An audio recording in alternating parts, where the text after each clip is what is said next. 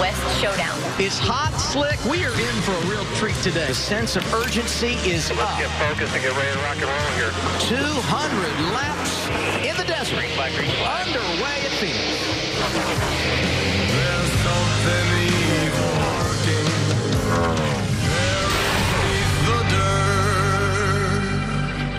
dirt. It is a gorgeous day in the desert. Xfinity cars rolling off here at ISM Raceway for the 35th time. It's race 4 in 2019. Should be an outstanding afternoon of racing. We're glad you're with us live on FS1. From the driver's seat today is going to be our defending champion, Tyler Reddick. And yesterday during practice, he had some challenges, and not just handling the race car, Kevin. Yeah, he definitely had some challenges there. I think it was short legs and a tight suit. We needed a stepladder, so it was definitely something that I don't think he was expecting. I think he was expecting to whip that leg in there. So let's talk to him. Hey, Tyler, this is Kevin Harvick and Eric Jones, Adam Alexander up in the Fox booth. We were just watching you try to get in your car yesterday, so I guess my first question is, did you need any help getting in the car today? And my second question is, short stages, and it looked like your car, you guys progressed through practice. Were you happy with your car at the end of the practice, and did you make any changes for today's race? Yeah, unfortunately in practice yesterday, I just not very good at the racetrack, and we kind of took ourselves out of it. But fortunately, we got a great notebook. Daniel Hamrick's really good here. He's just a great driver, and we're able to go back to what he did here last year, and it seems to be working pretty good in qualifying. So we'll see what we got. Yeah, obviously, we're trying to get one last run in there at practice, and we didn't have a stool. So you got to do what you got to do, even if you make a clown of yourself in the process. Tyler, this is Eric Jones. You know, I've watched the last few years, and you're so good on the long runs. I'm wondering today, 200-lap race, short stages, what are you going to do to make yourself be quick here at the start of these runs and in the sprint to the finish? Well, hopefully just be aggressive enough. Obviously, cars like to build tighter, it feels like. So just try and manage the right side tires, try and keep the right front on it, and see if we need to make some adjustments on this car. But the guys have been bringing some really great cars, and this Hurdle Chevrolet's been pretty good for qualifying start today. So let's see what we got here for these Toyotas. All right, thanks, Tyler. Good luck today. We talk so much when it comes to this place about track position, and certainly Tyler Reddick, Christopher Bell have got it starting out on the front row. Before we go green, we hear from our pit reporters. Leading us off is Regan Smith. Good afternoon, Regan. Well, good afternoon, Adam. You did talk about that track position. Christopher Bell has it. This week he gets to keep it. A week ago at Las Vegas, he had to follow the rear of the field for an unapproved adjustment. The biggest concern now is getting through turn 1 on the initial start of the race because of the dogleg at Phoenix. The pole sitter's at a disadvantage to the third-place car in the way they can dive to the bottom. That's the bad news. The good news, the third-place car is his teammate Kyle Busch. Matt? Regan Junior Motorsports makes up row 3. You already heard Noah Gregson's strategy for today. I talked to Michael Annette, and he's looking at a whole different strategy. His car, stellar on the long runs, not so great on the short runs. He's hoping to survive those wild restarts and get some long green flag runs. And also, Travis Mack said, throw in fuel mileage. Junior Motorsports has won that way here in the past. It simply should be exciting. Guys? Interesting points by you, Matt, in regard to strategy, and not just fuel mileage. I'm interested to see if we see those two-tire stops sometime throughout the day, because ultimately the name of the game is to get up front, and certainly some opportunities to do it here. You see the stage lengths, 45 laps for stage 1 and stage 2. Final run to the checkers, 110 laps. The fuel window, 70 to 80 laps. And it's interesting when you watch the cars here, because a lot of times we do get a long green flag run in that final stage. Front row, as we've talked, Bell and Reddick. Behind them, Kyle Busch, Cole Custer. All 4 Junior Motorsports cars in the top 10 were green here at Phoenix.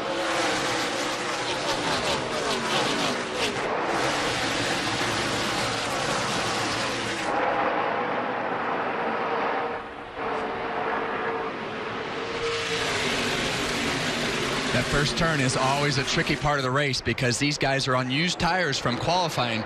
You drive down on the apron, you drive into turn 1, and that car just does not want to turn and washes up the racetrack. So you have to be really careful at the beginning of these races. Yeah, I was interested to see how Christopher Bell was going to handle that. I know going down on that apron, that dog leg is really dirty, and trying to run into turn 1 after that is going to be always a big challenge. Between turns 1 and 2, did you see how low Nemechek was? Wow. He had all 4 below the yellow line. Did you see how loose Tyler Reddick was right there? But I guess I saw the shots from practice with him steering the car sideways. I guess it doesn't even bother him because he's pretty much used to being sideways. That was pretty sideways right there through 1 and 2. That happened to him again in qualifying today, talking about Tyler Reddick. So he's been battling that race car a lot. And we got a report that Chase Briscoe in the 98 caught the wall. Not what he wanted to do in the early portion of this race. Well, you get so many cars down there on the apron, and you don't know what you need to do. But he was definitely out of the groove a little bit right there and probably just lost the front end. But these cars are pretty tough with these composite bodies on them. So I don't think that'll hurt him much unless it's got that right front fender caved in. I'd say he's in good shape. Yeah, I think he's fine. The one thing you have to be careful as we talk about all these guys going on the apron.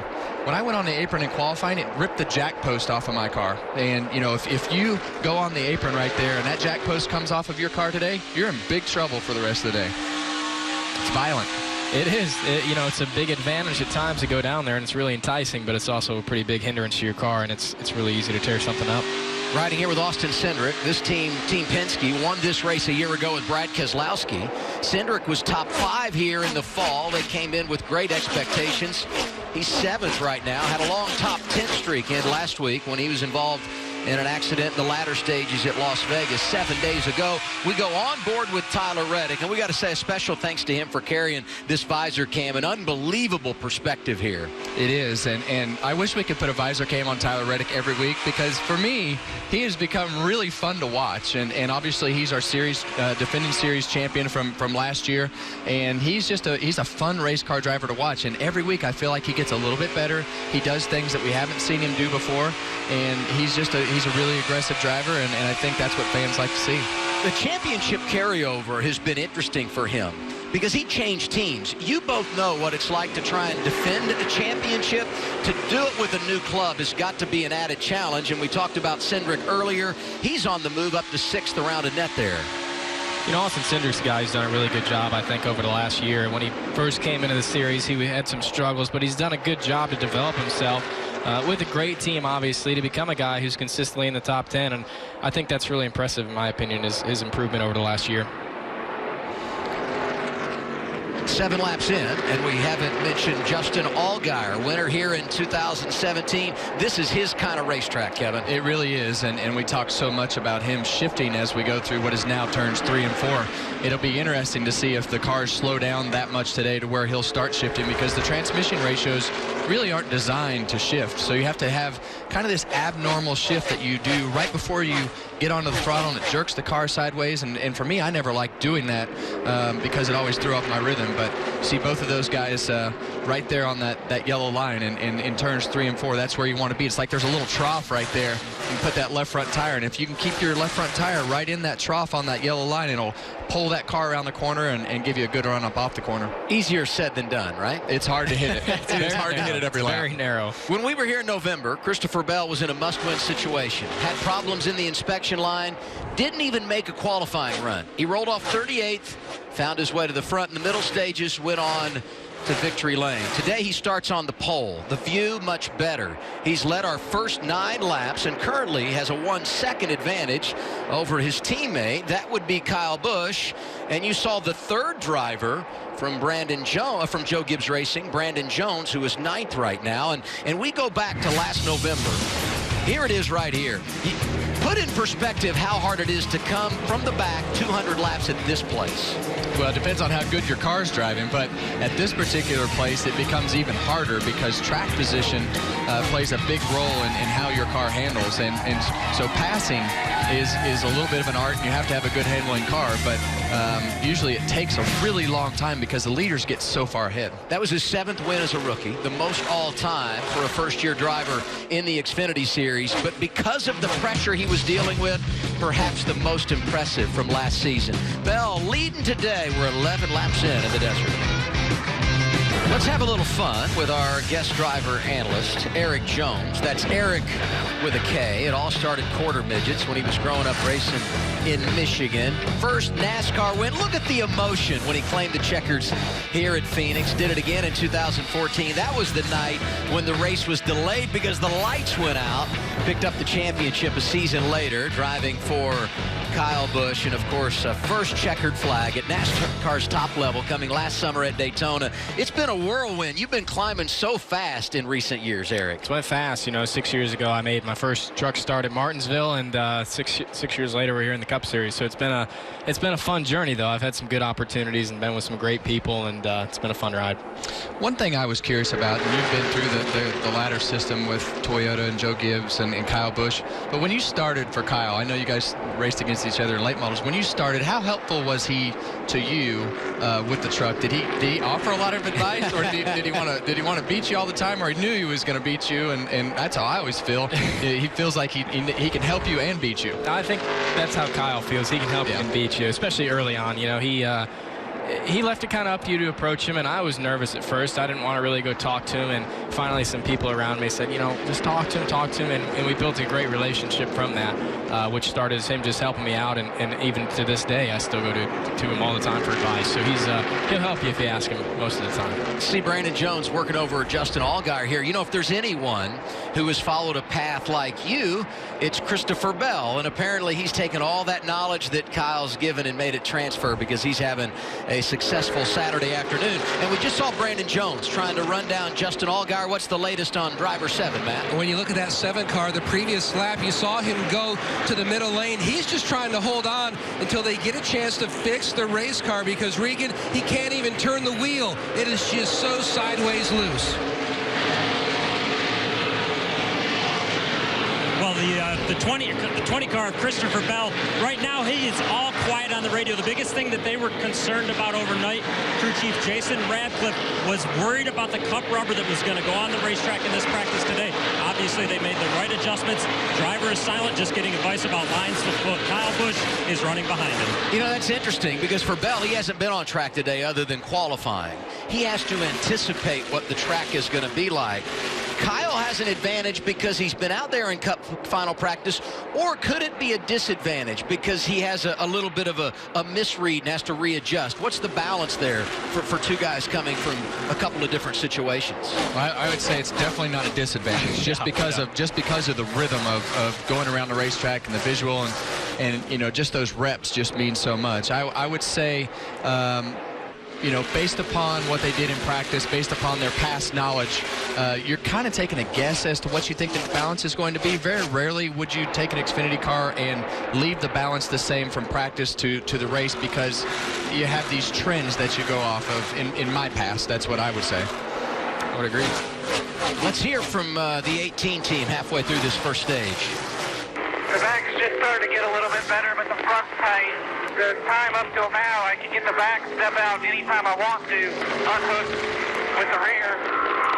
Speed at 90, turn 1 and 2, 30 to 50, and 3 and 4, and the back, fourth gear everywhere. The fire off. Back getting better right now. It's Greek to me, but I'm sure you guys can translate.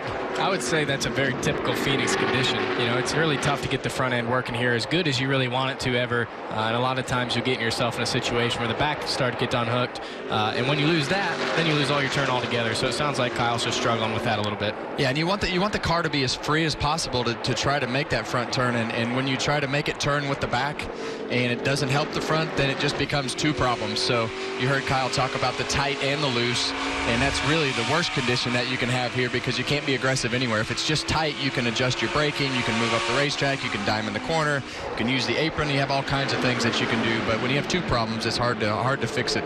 00 driver Cole Custer. We said yesterday he better be getting some tips from you, Kevin. 9 Cup wins here. Did your teammate come over and get some advice? I saw Chase Briscoe. I did not see him. I've only won one Xfinity race here, so the only direction I would send anybody is to Kyle Busch's trip. Oh, come on. He's won 10 of them. 1 Xfinity race, 4 truck races, and 9 Cup events. Yeah. I would say that it's okay to get your opinion on what's happening. Sometimes. Top 5, Bell, Kyle Busch, Reddick, Custer, and Cindric. We're back in a moment. 15 laps to go, stage one for NASCAR Xfinity Series teams here at ISM Raceway under caution for the first time. Bailey Curry got into the wall. Here's the situation coming off turn 4. See him top of your screen, right in the middle of the corner. That was always a popular place when it was turns 1 and 2, right? Oh, I've been so screwed up trying to tell everybody what corner I'm in for the last couple races. That had all the signs of a flat right front tire, but when they showed the right side, it looked like it was up. Yeah, I'm not sure what. Yeah, it's definitely up. Yeah. Stephen Light running 21st is the first car 1 lap down, so he will get the free pass. And this brings me to the potential for strategy. 12 laps to go in our first stage. No doubt if you pit here, you can go all the way to the end of stage 2. But something's going to happen, right? We're going to get some guys out of balance one way or the other. Well, this is when the stage points, really start to come into your mind, and you have to decide: do I want points or do I not want points? But the guys that are, 7th, 8th, 9th, 10th, they're probably thinking, okay, I can pit and probably come back out in the same spot because most everybody behind me is probably going to pit as well, and then the guys in front of me are going to have to pit. So there's definitely going to be two sides to this strategy, I'd say. I think if you're Kyle Busch, though, you pit now. He's got nothing to lose. He doesn't need the stage points. If you're Christopher Bell, you're kind of boxed in. You want that stage win. You want those playoff points. But Kyle's just trying to win the race. And 11 to go, you pit. I mean, the most laps you're going to have left on the restart is going to be 9. And there's a look at Jason Ratcliffe. Remember your 3 boxes coming in. Yeah, and the other thing is, the guys up front are saying, everybody's going to pit. We might just pit here and see what happens, because it's probably a situation where you're so close to the end that you just don't want to lose the track position, and there's so many cars on the lead lap still.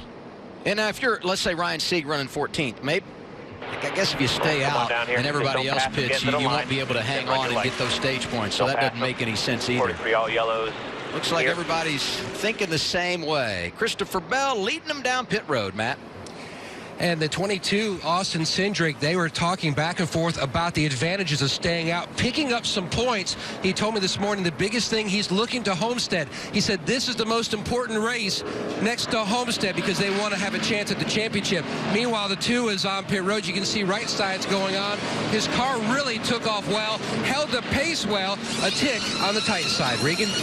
The 18 car on the right-hand side of your screen, Kyle Busch. We heard his radio before. He finished that up with saying, get me to fire off better and we'll be faster in the long run. The 20 car on the left-hand side of your screen, Christopher Bell, our leader. He fired off too free. The car started to get tight. He has really good turn on throttle, though happy otherwise. Bell exits, jumps in front of the 18. It looks like they will come off the way they entered. 1, 2, 3 for Bell, Kyle Busch, Tyler Reddick. Cole Custer is the 4th off the pit lane. We did have some drivers who stayed on track. Should be an interesting restart. We've got the green flag to end stage 1 when we return to ISM. We were having some fun with this earlier. Just a quick reminder on Kevin's record when it comes to ISM Raceway. 9 Cup wins, 7 of the last 13. But what stands out to me, boy, is that lone Xfinity win. I mean, no one should be coming to you for advice at this like place. an empty flagpole right there. We were joking a couple of weeks ago at Atlanta, and everybody was Harvicking, running that line down low. And you mentioned the trough down around the yellow line here. Is that kind of the Harvick line when it comes to Phoenix, Kevin? Well, the yellow line is the line. That's where you want to be. You want to have the left sides right on the yellow line, and turns 1 and 2 can have some different lines. So it's definitely a place where you want to be low. Let's look at Cole Custer. The bad news is their stop didn't go like they wanted it to. But the good news is they really didn't lose any ground because they came in 4th behind Bell, Kyle Busch, and Reddick, and that's how they exited the pit lane. And hopefully they got the bad one out of the way, because a bad pit stop here, loss of track position, certainly can equal problems later in the race. What about the 11 here? Justin Haley, they stayed out, going to restart 3rd, Regan. Well, they did, Adam, and part of the reason they did, they're having a little bit of a transmission issue in that race car. It's vibrating very bad when he's in 2nd and 3rd gear. It goes away a little bit in 4th gear, but they're worried it might break. So their strategy, let's stay out, try and get some stage points right here. If it does break, at least we have those going forward. Top 7 cars stayed out. Cindric leads them. You're on board with him here. Then it's Michael Annett, Justin Haley, who Regan just talked about, Brandon Brown, Greg Trey Goulding, who's coming off a career best finish. Josh Bilicki and Ross Chastain. Those drivers yet to pit.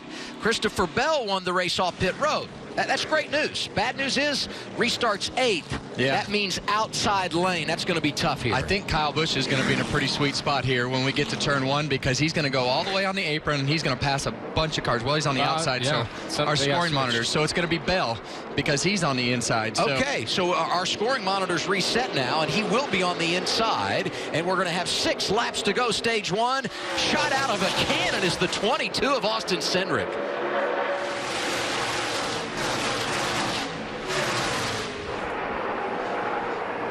Haley getting aggressive. Contact with a net. That's in turns 1 and 2. That's going to open the door for Christopher Bell there. Make a big move down the front stretch here. Clear up here. Inside. Bell up to 3rd, working on 2nd as we come back to see 4 laps to go on the stage. Excuse me, 5 laps to go on the stage. Reddick going around Busch. Fun to watch the guys out of balance on tires. All of them going for some stage points and a playoff point. Well, Christopher Bell definitely capitalized on his starting position and those guys on older tires in front of him. And the only way that this strategy is a success for Cindric is if he wins this stage, because he's going to be behind in the next stage when they throw the caution here at the end of the first stage. Yeah, all those guys that pitted just a moment ago, they'll stay out when the stage ends. Cindric is going to have to come to get his tires and fuel, and as Kevin pointed out, going to give up a ton of track position, but he's got an enormous advantage. 4 laps to go. That restart was awesome, wasn't it? Well, you're on old tires, and like we talked about earlier, going down into 1 and 2, it's really easy to get up into somebody, especially when you're side by side and trying to make that pass. It's easy to happen. There's Cindric. Got a 1-second advantage. It's going to be 2 laps to go when he comes back, and I don't think Bell is going to get there. I mean, the way they played this is going to work out pretty good for him. Yeah, I mean, and you know, that one playoff point is a big deal, and we've seen a lot of who advances and who doesn't advance at the end of the year based upon 1 point. So it just depends on how he can recover in stage 2 as to whether he has a chance, to get any points there towards the top 5. I think Christopher is going to be right there on this last lap. He's quite a bit faster than Austin here as these laps are winding down. It's going to be interesting to see if he can get there. Allgaier on fresh tires. He goes to the inside of the 11 of Justin Haley. Kyle Busch on the move as well. That gets him to 3rd. Final lap, stage 1.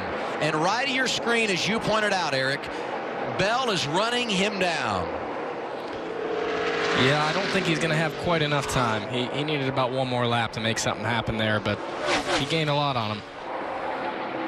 Austin Cindric looking for his first stage victory of the year. Bell closing in. Thought we could see a little bump. Couldn't get there. Stage 1 winner, Austin Cindric. 2nd time in his career he's been victorious in a stage. Bell, who won both stages at Atlanta a couple of weeks ago, was 2nd. Kyle Busch got back to 3rd. Michael Annett 4th. Tyler Reddick completes the top 5. Stage 1 in the books here at Phoenix.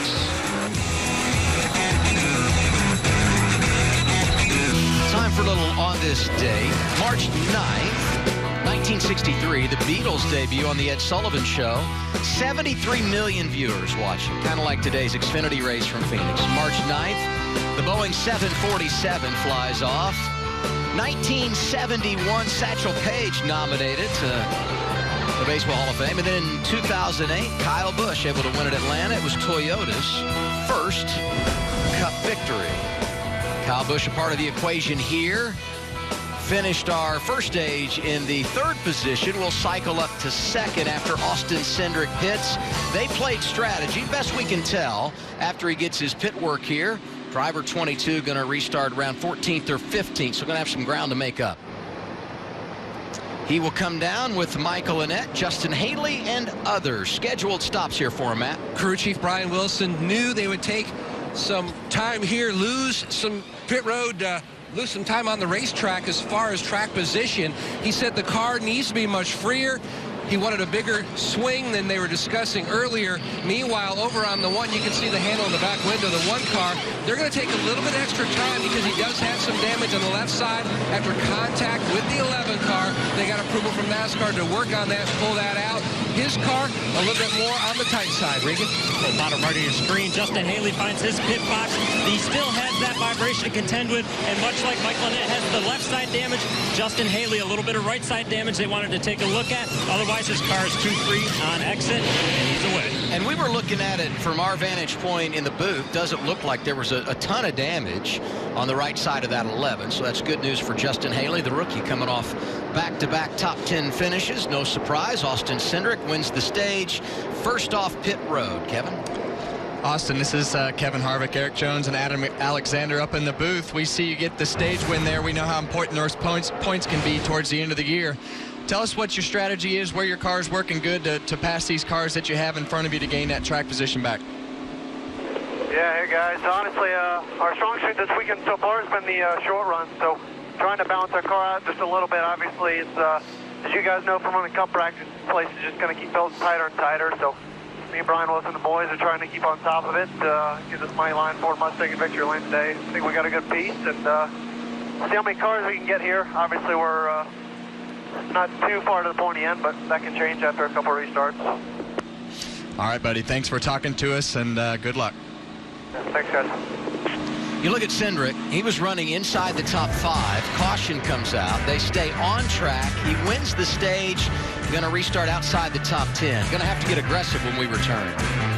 Stage 2 about ready to go off for these NASCAR Xfinity Series teams. Our opening stage won by Ford driver Austin Cindric, so we get our Ford Performance Track Facts. 13 wins in Xfinity competition for the Blue Oval here at Phoenix. That's the best among manufacturers. And the first Ford driver to win from the pole, Carl Edwards, 2005. Front row for the restart. In stage 2, teammates Christopher Bell, Kyle Busch, Reddick, Nemechek in row 2. Cindric restarts 12th. Here we go once again from the desert. I have a feeling Kyle Busch is going to be very aggressive on this restart, trying to get out front and get some clean air here. Did you say Kyle Busch aggressive? Is that what you said there? Yeah. What a surprise. Well, you have to be, because, you know, this is just a racetrack where track position means more than other racetracks, and it's hard to make up time, it's hard to get by a guy, and all the problems that you have when you're behind a car, they just get worse. Power move Inside 2 wide. from the outside lane is what put Kyle Busch in the lead. Nemechek started row 2 going in the wrong direction, and we're on board with Austin Cindric. Top of 4, top of 3. Top of 3. Still top of 3. Top of 4, that's not something I really want to hear too often in Phoenix. There is some room across the dogleg, but you don't normally talk about 3 wide. Cindric going around Ryan Truex, making his first start of the year in the 8. 4th race, 4th different driver for that team. Chase Elliott had a top 10 to open the year at Daytona. The same for Ryan Preece at Atlanta. And Zane Smith, young guy out of California, made his debut at Las Vegas last week. Almost had a top 10, caught up in an accident in overtime, but certainly did impress. Kevin, I think you've seen that apron come in more and more in 1 and 2 that last time through. You saw guys really getting down there and trying to make some moves, find some new grip. Yeah, I think as we get more and more restarts, you'll see that rubber up and really start to get better and better. Almost 4 wide there. Brandon Jones in the 19, looking below the 23 of Nemechek. For position, you're on board with Cindric. Restart at 12, trying to get 8 from the 23. Everybody 3 to the 8. Reddick has stayed in 3rd on the restart. And Bell, who we talked about dropping to 2nd, not going away. You know, we talk about this vantage point on a restart. It magnifies. This is outstanding. Oh, and he just gets loose right there. It's so easy to do getting into turn 3. You want to let off the brake as soon as you can, because that's what helps the car turn. Message being delivered. Early portion of the 2nd stage. Christopher Bell inside of Kyle Busch. Top spot on the line at Phoenix. Driver 20 can't quite clear him. Go out there full and 8 back. Yeah, Kyle's not just going to give that up. You know, Christopher's got a really good car, but Kyle's going to want to stay in that clean air and make him try to burn his stuff up trying to get around him. And I think Kyle definitely knows that. I think Kyle probably feels like Christopher has a better car than he does right now, and he wants to do everything he can to hang on that right side or keep him behind him, because that'll make Christopher's car drop off faster as those front tires start to go away and not turn as well. But if you're Bell, you got to get after it, right? I mean, you look at this stage. If you're going to win stage 2, you only got 30 laps left. Yeah, well, and the other thing is, that's a great move by Austin Cindric right there. He really set John Hunter Nemechek up well and used that apron to help turn his car, and you heard him go with the throttle as he took more and more of that car onto the apron. That was a great move. His tires about 12 laps fresher, Cindric, because of the strategy they played. How much does that pay off over the course of this run in stage 2? Well, I think it pays off more at the beginning of the run, don't you, Eric? Just yeah. with the new tires, it seems like with old tires, the front just becomes really hard to turn. And we've not mentioned, just in front of Cindric, Ryan Sieg. Worst finish this year for driver 39, 11th. A pair of top 10s. He was top 5 at Daytona. They're 8th in points. He's been great. Kyle Busch, the man in front. We're glad you're with us on FS1.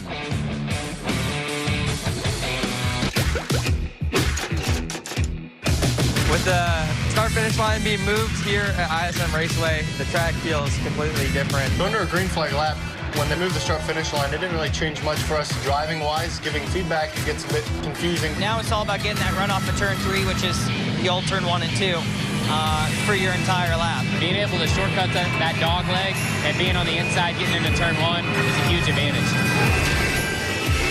Following this race last year, they did flip the script here at ISM Raceway. I want the two of you to be honest. How many times this weekend have you keyed the radio to give feedback on your race car and had your corners messed up? Every time I give feedback, I'm like, now we're talking about 1 and 2 now, or are we talking about 1 and 2 before? Because we were totally on the same page the last race, not on the same page the last race here. I was talking about one end, and they were interpreting it as the other end. Mentally, though, it's got to be hard, Eric. It is. That's the first thing I clarified with my team. I said, now I'm talking about the current configuration. As we see a battle for the lead here, Christopher's a great run off turn 4. Dives across that dog leg, just past the start-finish line, and he's there this time. All clear, driver 20, crossover from the 18 of Kyle Busch, and the momentum off the corner, not going to allow him to get there. Kyle was trying to give him a really hard time. He got a little free there, and I don't think it quite worked out. I was going to ask you guys, if Kyle letting Christopher ride there, was he just being mean, playing games, or did Christopher, in fact, have a chance to go get the lead? And here's the 20 back on point. I believe that Kyle wanted to keep him back there as long as he could, because that he feels like his car is not as good as Christopher Bell's right now. But, you know, I think my question for you, Eric, and we're going to look at the dog leg before I ask you the question. Yeah, that's shorter, right? I think it's shorter. Yeah. I think they changed the track when they moved it. It's very abrupt when you go down on the inside, down through the dogleg right there. But my question that I was going to ask you, but before we looked at the dogleg, was Christopher Bell right now, when he passes Kyle Busch and knows that he's passed the guy that's with the most wins and had the most success in this series, how does that feel? You've done that. Yeah, it's a great feeling as a driver. When you're full-time in the Xfinity Series and you can go up and pass a guy like Kyle or any of the Cup regulars, it's a great feeling. I can remember, you know, having great cars in the Xfinity Series and being able to go up and pass guys for the lead like that. And I don't know, you get a little bit more extra motivation to make sure your car's going to be driving like that the rest of the day. Was it different for you racing Kyle because of your background with him, and the same for Christopher, in the relationship you carried than it is for all these other guys? Yeah, I think Christopher feels the same way about Kyle, that you know, he really had his first opportunity with Kyle in the Truck Series, and when he's racing against him, it's a little, you know, it's a little more motivation, I think, go out and beat him sometimes, but it's also a little special to think this is the guy that really gave him my shot, and how cool is it now that we can go out and race side by side in the NASCAR Top 3 Series. And the other message that it delivers is, look, I can race with a guy that one of the best guys on Sunday. I can race door to door with him and beat him on occasion. So I think that's, you know, part of the reason why you got your opportunity, and part of the reason why Christopher Bell's going to get his. Good racing here. Chase Briscoe in that orange 98 going after the one of Michael Annett. Really as far back as we've seen Annett today, our Daytona winner. We talked about how hot he's been in the early portion of the campaign. Down to about 15 laps to go here in our second stage. We've seen Austin Cindric pretty much recover from his track position. And Michael Annett has not recovered one bit. The track position has really hurt his car as he's been in traffic. Cindric is 7th, and I think he could get back to the top 5 before the stage ends, and we will take you to the green and white checkered flag. When we return, it's Christopher Bell on point here at Phoenix. Sorry. Beautiful but very warm Sunday afternoon.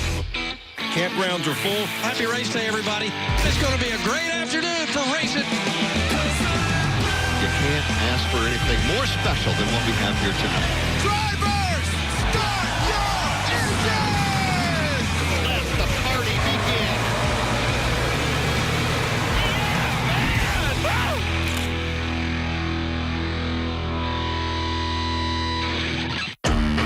Legends aren't born. They're made. They're made in freezing cold, blazing heat, and knee-deep mud. It takes hours, days, years of hard work to make a legend. And this is the one we make. Built to go anywhere, do anything, and bring you home. Legends aren't born. They're made. We know these memories will last longer than the wrapping paper. We know there's some things you just can't put a bow on. We know the best gift of all is still out there. We know the great outdoors. We love the great outdoors. Bass Pro Shops and Cabela's, where incredible selection, great people, and an experience like no other all come together. I'm going to open up 2 beers. Okay. You tell me which sounds more refreshing. Gotcha. This one? Or this one? Bush. Definitely the one that went bush. What beer is that? Are you being serious? Yes. It's Bush. Right. Bush. It's been called the Great American Speedway, where only the bravest souls run. Some say you're playing with fire. Others call it treacherous. NASCAR, Fort Worth, March 31st. Only one emerges victorious. The O'Reilly Auto Parts 500. 2 tickets and a scanner as low as $99. Been an entertaining afternoon so far for the NASCAR Xfinity Series here at ISM Raceway. And as we close on the end of our second stage, things are really getting good. Christopher Bell out front. He's got a half a second advantage over Kyle Busch, and he took the top spot in the dogleg. He got the perfect run off of turn 4 to make that move. You know, that's the perfect time to be able to use that shortcut down there. You know, these two running 1-2, and Tyler Reddick is third, and it's basically been those 3 drivers in the top 3 spots all day. But you know, as we start to drift back a little bit, you look who's running 4th. Justin Allgaier in the top 5. I feel like here we go again with Allgaier, and as we look at the top 5, you got Gregson up there, and there's a look at Allgaier, and I think that the thing we got to point out about driver 7 is we're just getting in to his stage of the race. You said it last week, Kevin. Well, and this has been a really good racetrack for that 7 team, and I think as we heard them talk about their car at the beginning of the race, they anticipated their car being tight and went with a looser race car to start the race and wound up being too loose. They got to make an adjustment on that car, and it seems like they made a good adjustment in the right direction. This is the guy that I feel like we need to give Brian Wilson some credit, Austin Cindric's crew chief, because we kind of doubted what they were doing there.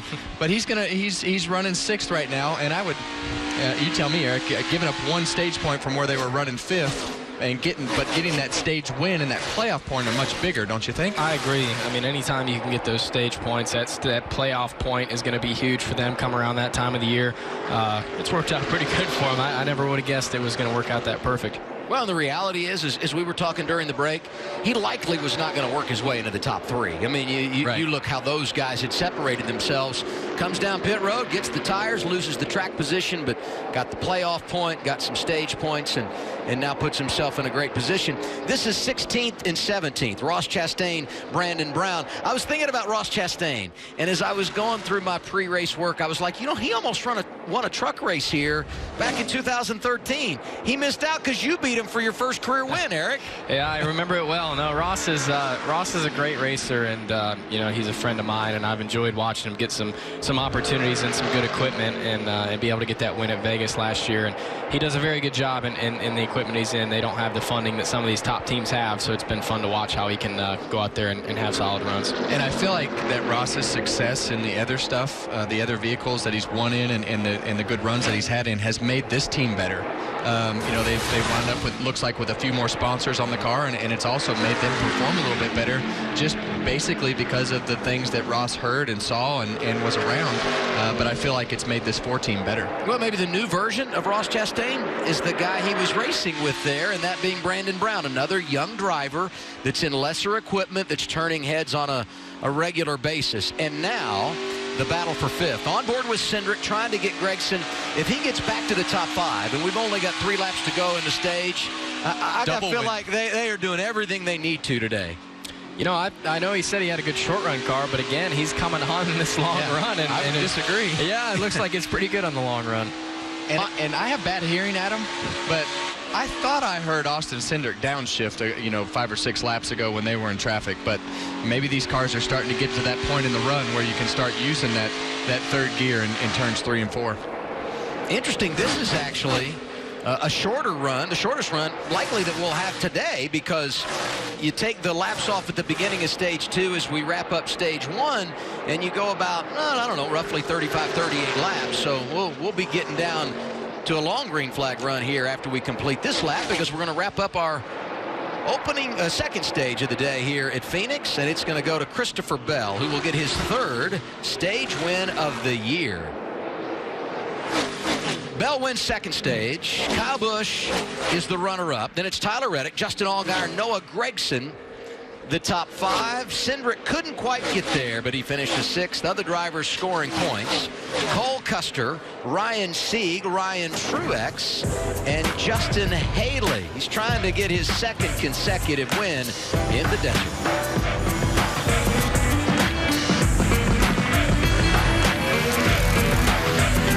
Drivers of the series now. That means I'm old. But it also means, because you're not a young guy, you're married. What does a veteran driver do to spend that one-on-one time? We went to the spa and did the whole, you know, couples massage at the spa. And just. So you're a spa guy? I am a spa guy, yeah, absolutely.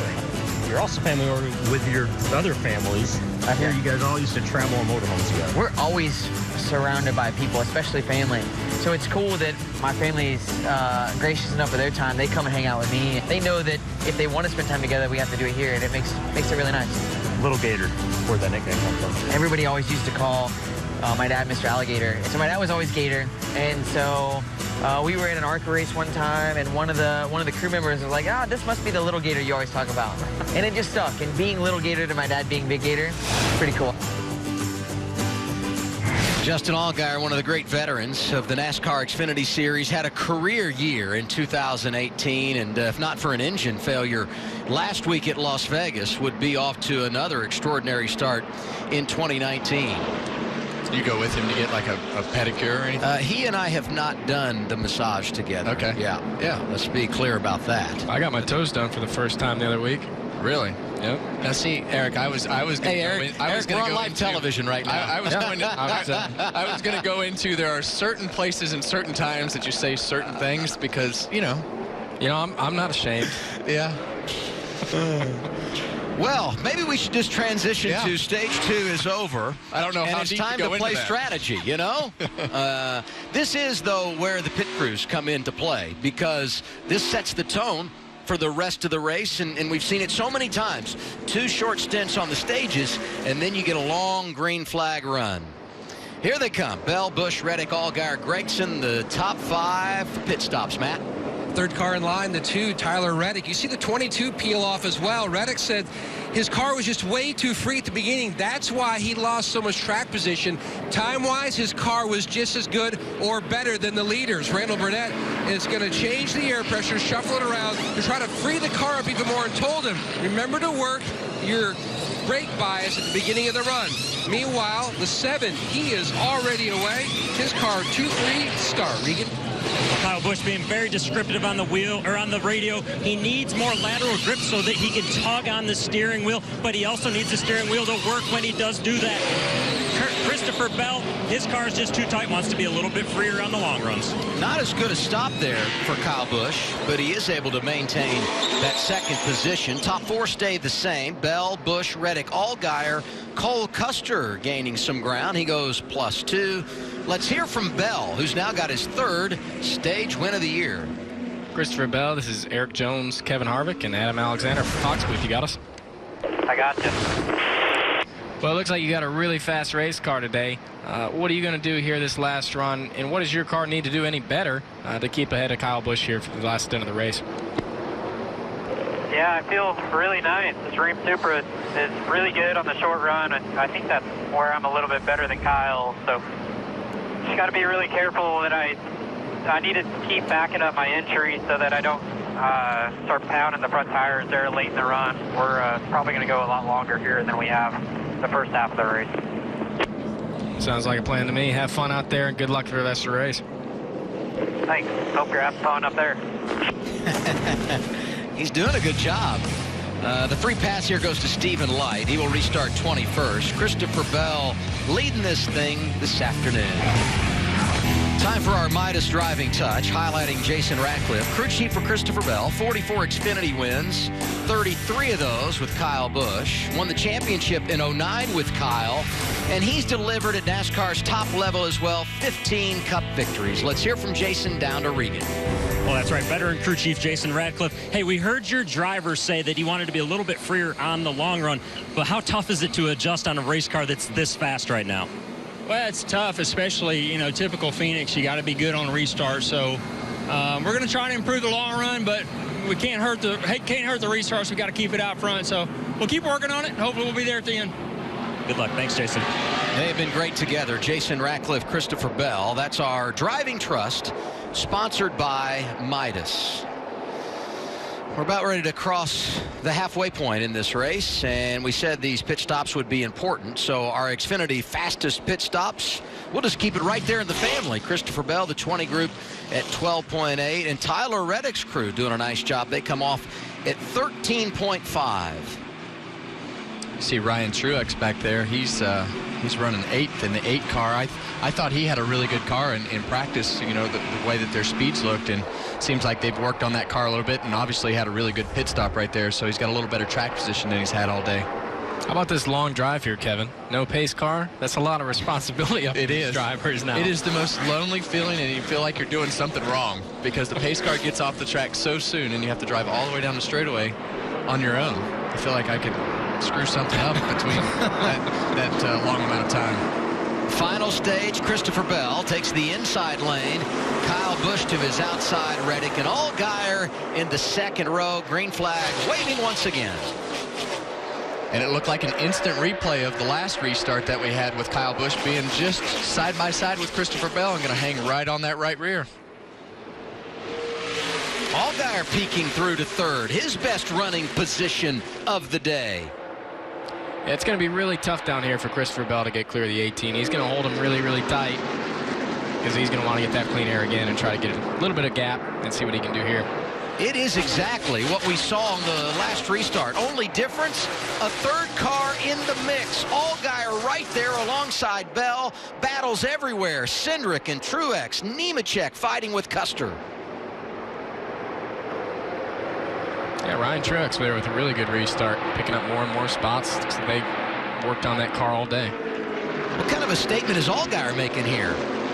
Well, it's the same thing that we talked about with Kyle Busch. Allgaier knows that he needs to try to take advantage of getting by Christopher Bell because I think they all feel like they all know that Christopher Bell has the fastest car, and they need to try to put themselves in front of the car to try to limit the damage that he can do by getting away. And if they're in front of him, he's not going anywhere. And Kyle's loving this. Yeah. He's building a nice little gap. Christopher's having to work a little bit harder than he has all day. So he's liking what he's seeing. Yeah, the advantage for Kyle, almost a full second, because Bell had to deal with Allgaier. Reddick, who's been in third good portion of the afternoon, is back to fourth. And Ryan Truex is in the top 5. You called his name, Kevin, and it's got to be difficult when you haven't been in a race car to come back with the team you haven't been with, to show up and be this good. Really speaks to his maturity and what his capabilities are. Well, in order to get that last tenth and a half out of the race car, you have to be able to, relate to the crew the details of the car and get the most out of the car on the racetrack. Is hard to do when you're not doing that every week. Allgaier back up to second.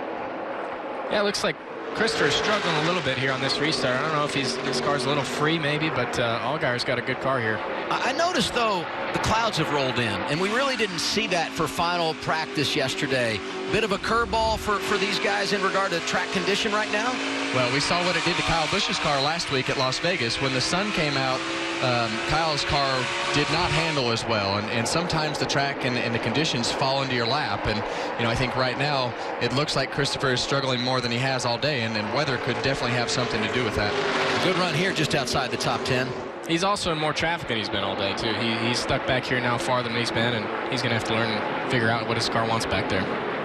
Sieg, who ended our second stage in the 8th position, now finds himself racing Noah Gragson for 12. Just behind them, you've got Brandon Jones, Justin Haley in that mix as well. Everybody going to have to make one more pit stop. And not surprisingly here at Phoenix, everyone is chasing Kyle Busch, who today is going for his 11th win in the desert. Let's crank it up from ISM Raceway.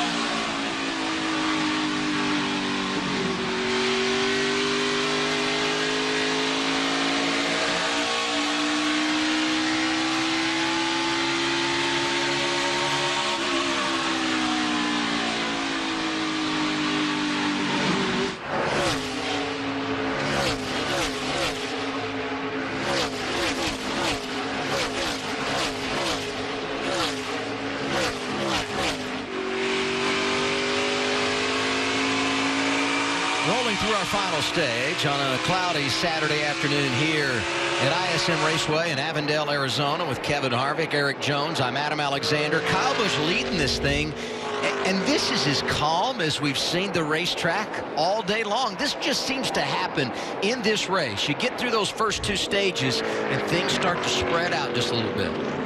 Well, I think everybody knows that those stages are short, so you have to go ahead and get after it. And qualifying has a lot to do with that in those first couple stages. But one thing we were noticing up here as we go into turns 1 and 2 out the back of Austin Cindric's car, Cole Custer behind him, and you see him shoot down below that yellow line, and a lot of that has to do, oh man, you see the tires chattering on Cindric's car through the camera right there, and Cole is able to get right up beside him. But you see Cole, he wants to get that left front headlight out into the air to try to get some downforce on the left front of that car to keep the nose of that car turning.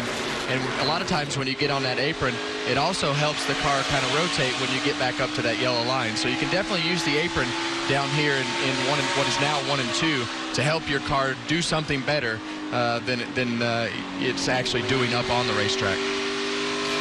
This play's so non-traditional. It's not just the typical go in one end, come out the other. I got to believe the level of concentration for a driver here is as high as anywhere. Is that right? Well, there's just so many different things going on, and I'll never forget when they added this dogleg back here, and we came here, and he about spun out every time you went through it until they got it run in. But it's a very unique racetrack with the difference in the corners, and the radius of the corners is drastically different. So the braking and how you get into the corner is different in the two ends, and the way that you use the throttle is a little bit different on the two ends just because of the shape. 85 laps remaining. Kyle Busch is out front. Your top 5, Justin Allgaier, Christopher Bell, Tyler Reddick, Ryan Truex. We're live on FS1 from Phoenix. 40 drivers, 3 months of anticipation. Everybody's in brand new fire suits. Everybody's in brand new paint schemes. Pit crews getting back into race mode. In the race shop, we're building new cars. Let's go racing drivers! We got to live with each other for 36 weekends. Get out of my behind! People are going to get pissed off. There's a lot of crazy maneuvers that guys will do. Look at that 9 bar! We live for those intense situations. Second place is just the first loser. NASCAR fans, are you ready to take your Wi-Fi to the next level? Then you need Xfinity XFi, a more powerful way to stay connected.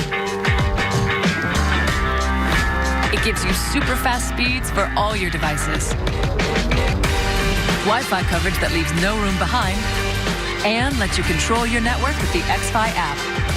It's the ultimate Wi-Fi experience. Xfinity, official partner of NASCAR. I can't believe it. That there's a lobster in our hot tub? Oh, you guys. There's a jet. Oh, I needed this. No, I can't believe how easy it was to save hundreds of dollars on our car insurance with Geico. We could have been doing this a long time ago. So you gonna stay in the hotel? Yeah, we just got married. Oh, congratulations. Thank you. Yeah, I'm afraid of commitment. You know, I'm being boiled alive. Oh, shoot.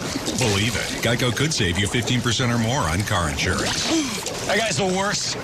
Introducing the all-new Chevy Silverado. It's the official truck of calloused hands and elbow grease. The official truck of getting to work and getting to work. Of late nights and date nights. It's the official truck of homecoming and coming home. The all-new Chevy Silverado. The strongest, most advanced Silverado ever. It's the official truck of real people. Narrow Spence, he's doing things that not your normal fighter does. Mikey Garcia, he fought the best. The kid. Errol Spence Jr. wants to be bigger than the belt. Mikey Garcia says, I want to challenge the best, and Spence is the best. Both these fighters are undefeated. They're both risking everything. It's a very risky fight. It's time for the main event. Spence Jr. versus Garcia. Next Saturday at 9 Eastern, 6 Pacific. Live on pay-per-view.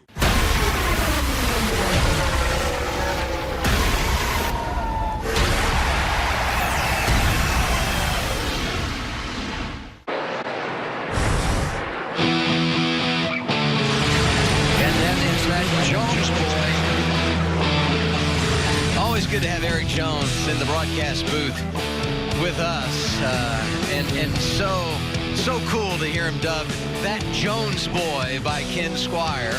And you're not afraid to head to the colleges. You're starting the tour again this year, huh, Eric? Yeah, we're doing a few more. That was pretty fun last year going around and touring Virginia Tech there. That was with David Wilson. He's an alum there, so it's been fun to go check them all out. And, you know, speaking of Virginia Tech, Ben Bayshore, who's the crew chief for the 18 of Kyle Busch, he, too, is a Virginia Tech graduate. So many go the engineering route and become Hokies and then make their way to NASCAR. You guys were talking during the break about the fact these teams are going to have to make one more pit stop, and we likely will get that around lap 175. They can go 80 laps on a fuel run.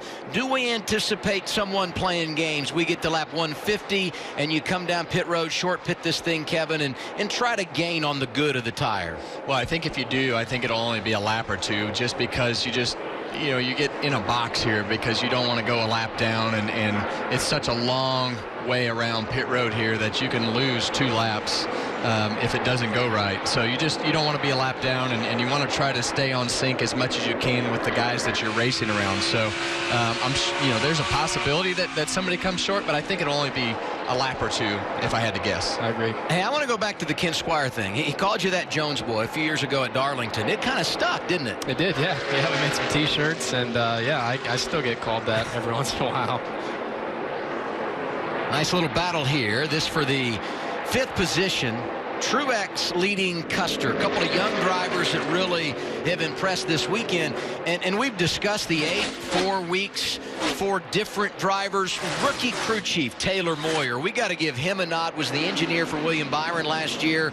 So many things coming at you when you've never been on the pit box calling a race before. Oh, man, that was tight for Cole Custer. Moyer, though, doing an outstanding job leading this 8. Well, and there's a number of other things that come in with having to manage as well, with the different seats and the different pedal combinations and all the little ins and outs of what each driver likes also has to be managed by the crew chiefs. And when you're doing this West Coast swing, it's hard to have those cars prepared with all those little details right. So he's definitely got a lot going on and done a good job. Allgaier, his teammate, is 2nd, but under attack right now, Matt. He's got his mirror full, but a stellar day so far. The first stage, free on both ends of the racetrack. Plow in the center. They fixed the exit, but his big issue now, turn 3, way too free still. He came on the radio a few laps ago and said, can you please check the stop to make sure we got them all tight? I have a vibration. They reported back that everything looked good, but it's up to you. We're ready if you need us. And so he's kept soldiering on. But I do have one question for you, Eric. 2019, you need to add America School, Florida State, to your trips to college campuses. Are you going to Tallahassee? Are they on the list, Eric? Hey, the good news is you can get cheap football tickets. They might let me in for free there. Yeah.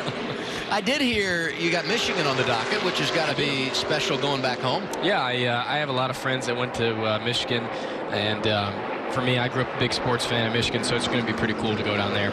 We saw the battle for 2nd. Let's hear from the race leader. Radio from Kyle Busch with 71 to go.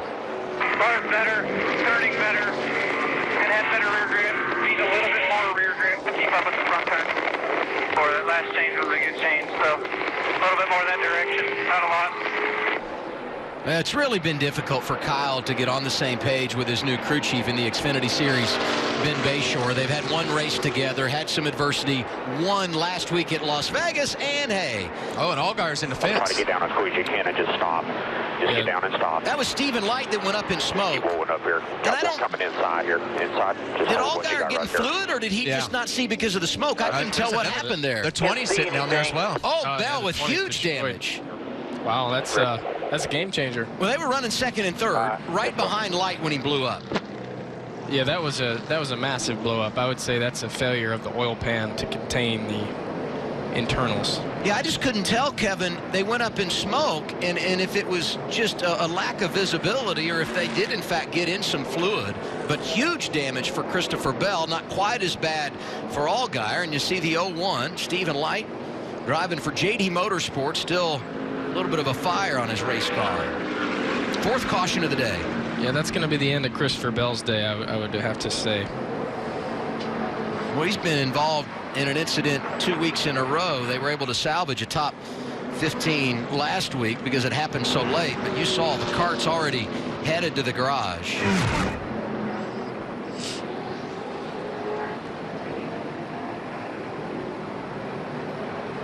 He's going into 3, blows up, does Light. And look at this smoke cloud that he puts behind him. What are these guys seeing? Nothing. A lot of white smoke. Yeah, that's really unfortunate for Christopher and Justin. They were both having great days, and you can see just in the oil and nothing they can do. Yeah. Man, that is an eerie feeling, too. I mean, you hit the oil on it, and your car just instantly jumps out of control. And you saw both of those cars jump sideways right there as soon as they hit the fluid. And that is a eerie feeling as a driver because it just instantly snaps. How about the 2 weeks for those two drivers, guys that you got to believe can win the championship? Allgaier lost an engine and had his day come to an abrupt close at Las Vegas, and Bell wrecked in overtime. We're on board here with Reddick. Low. They're wrecking. Stay low. Hit the apron. Come on. Get by it. Wow. All right, you're good. You're good. Keep up down bottom. Great job by the spotter right there. And Tyler Reddick was actually lucky that he was passing a car and not in the groove because he was below the oil. Yeah, that's the voice of Derek Nealon. And there you see, I mean, how out of sorts Allgaier was as he went up near the wall. His damage significant, certainly, but I think they can get him buttoned up and have a chance to salvage something out of this. For Christopher Bell, he's already gone to the garage window, net is down, and he is done. And now we get pit stops with 68 to go. This will be their last trip down, Matt. And a lot of conversation as far as the game plan on the 7. Now, Eddie DeHunt, his spotter, has had a really good eye view from the spotter stand down in what's now 3 and 4 to relay to the team exactly what they're going to do. You can see a lot of bare bond. They're going to try to pull out that sheet metal on that right rear corner.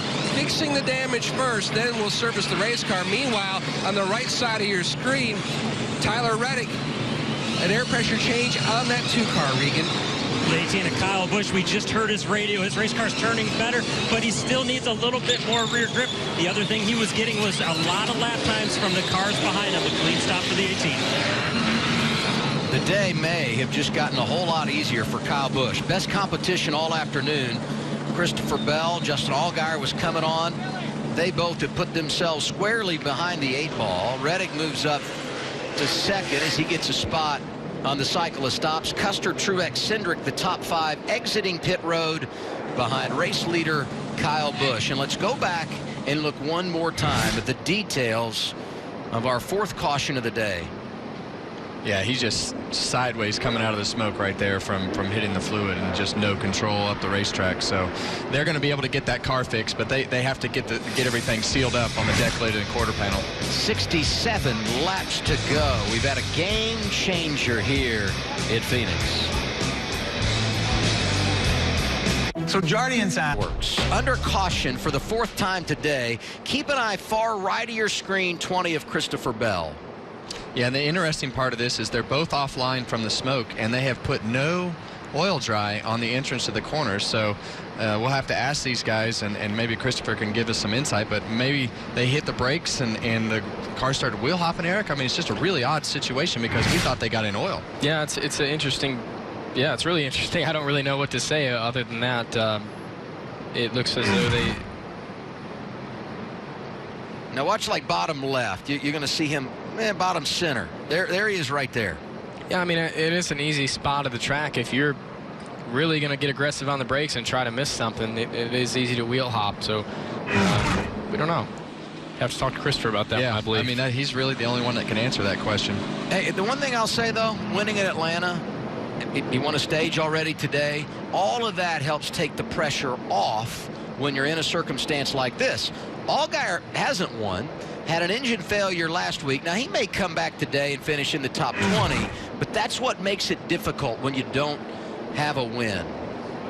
This is from Reddick's perspective. You can see him getting sideways down there.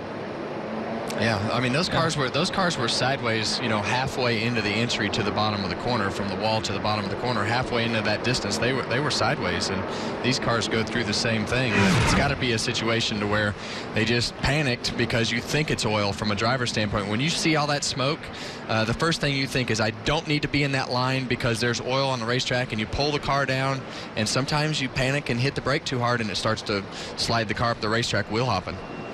Allgaier's made several trips down pit road. He stayed on the lead lap. Kyle Busch, Reddick, Custer, Ryan Truex, Austin Cindric, your top 5. Well, a lot of debate between Jones and Harvick about exactly what transpired. The smoke, or was there oil? What was it?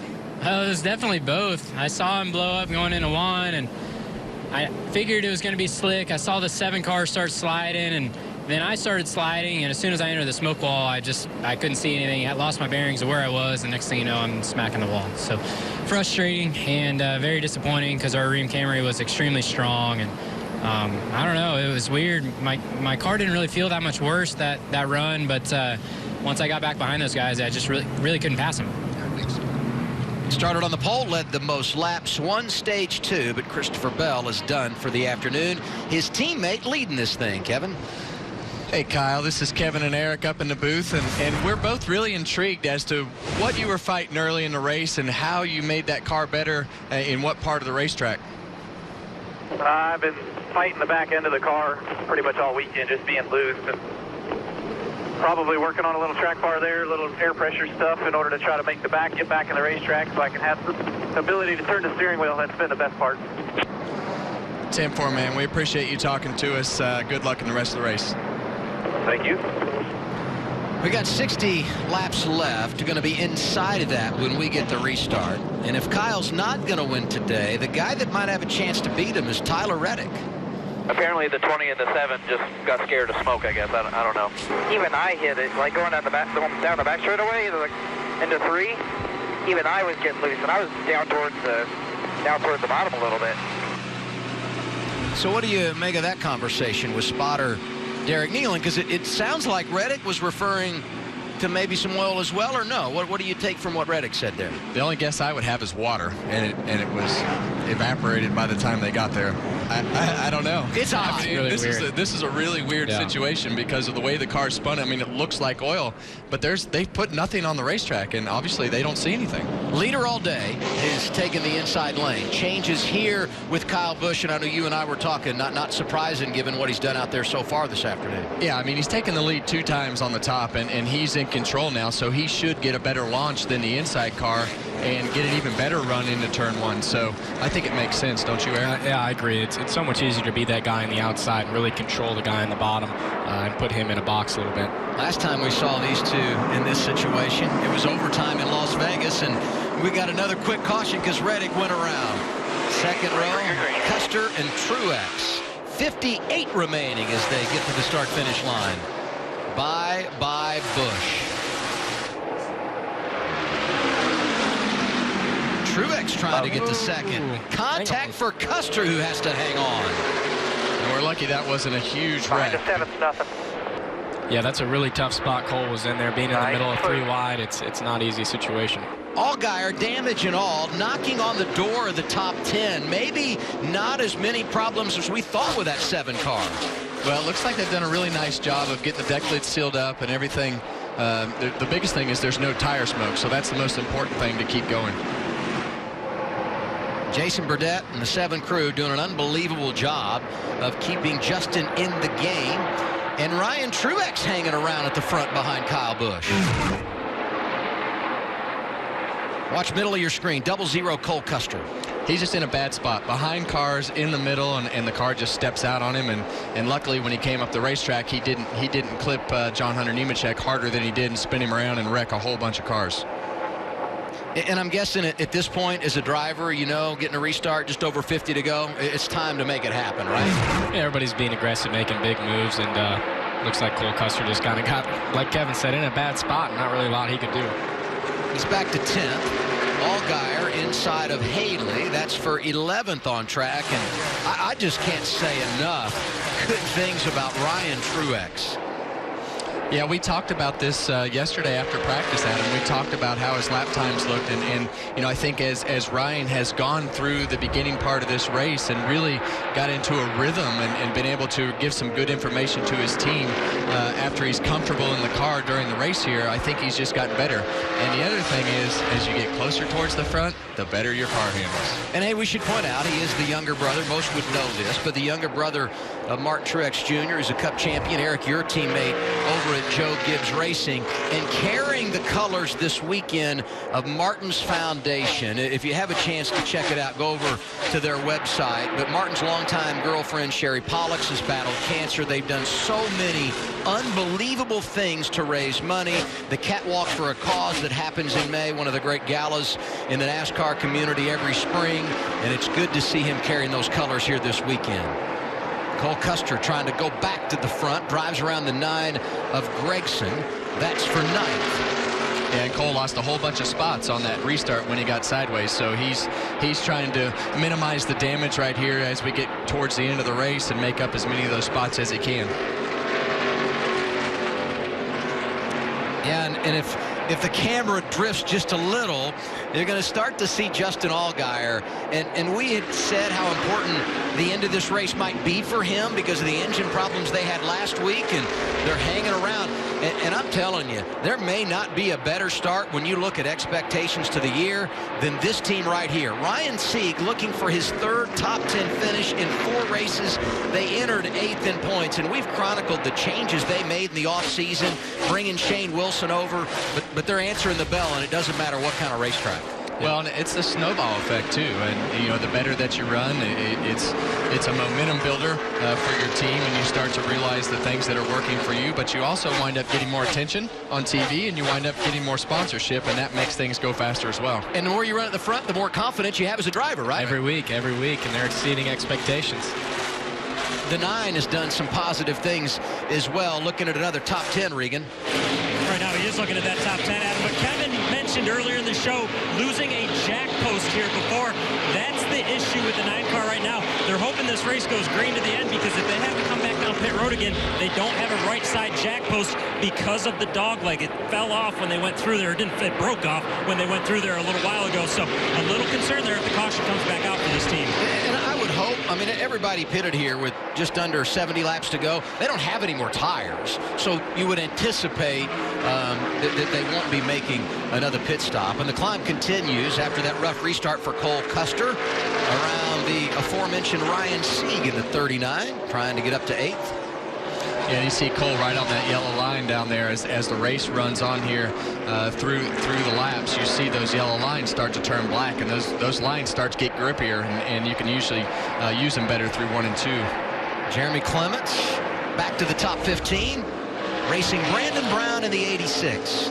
Jeremy's dad, we talked about this during practice yesterday. Jeremy's dad, Tony, is his crew chief, also the engine builder. They run their own engines, and if they weren't manufacturing their own engines, they wouldn't be here. It's a huge cost savings for that group out of Spartanburg, South Carolina, and a great job paying it off today. Clements in the top 15. And that's a great luxury, because when you talk about the cost of racing, the engines are a huge expense, like 15, 16, maybe up to 18% of the budget of what you spend on a team. So building your own engines, that's a huge luxury for those guys.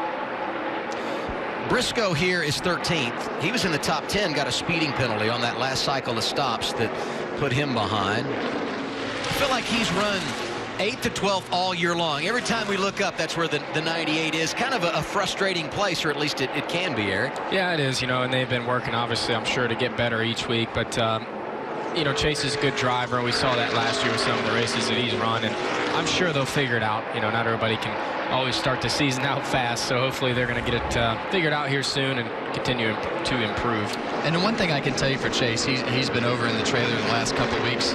I feel like the 00 has been a little further off the 18 and the 20 than they were to end of the year last year. So I feel like both of those cars, are a little further off than what they ended the year, and have to gain a little ground. 45 laps to go for the NASCAR Xfinity Series at Phoenix. Kyle Busch continues to lead. He's been out front for 71 laps so far today. Only the one, just the one. Cole Custer takes it in Texas. Chase Briscoe wins in Charlotte. He has done it. Nemechek wins. Justin Allgaier back to victory lane. Christopher Bell. Tyler Reddick pulls it off. This year, on the track, Back it up. new names will become worthy of the spotlight. The 22-year-old is the Xfinity Series champion. The NASCAR Xfinity Series. Names are made here. Not much here, except the usual. What if we spice things up a bit? Alexa. What if we turn it up a notch?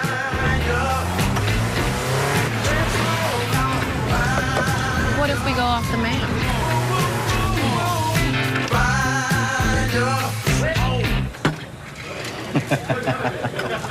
The all-new RAV4.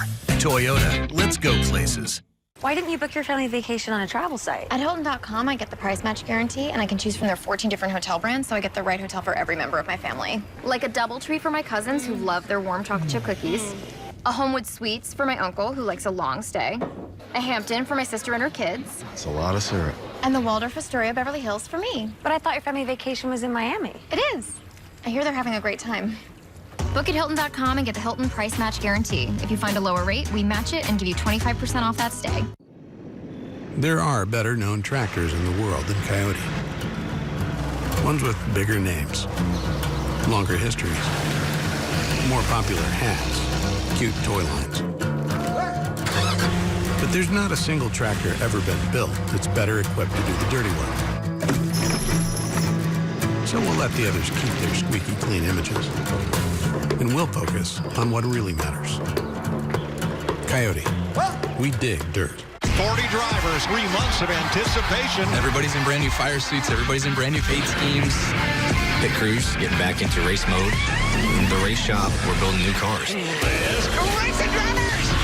And we got to live with each other for 36 weekends. Get out of my box. People are going to get pissed off. There's a lot of crazy maneuvers that guys will do. Look at that 9 car. But we live for those intense situations. Second place is just the first loser.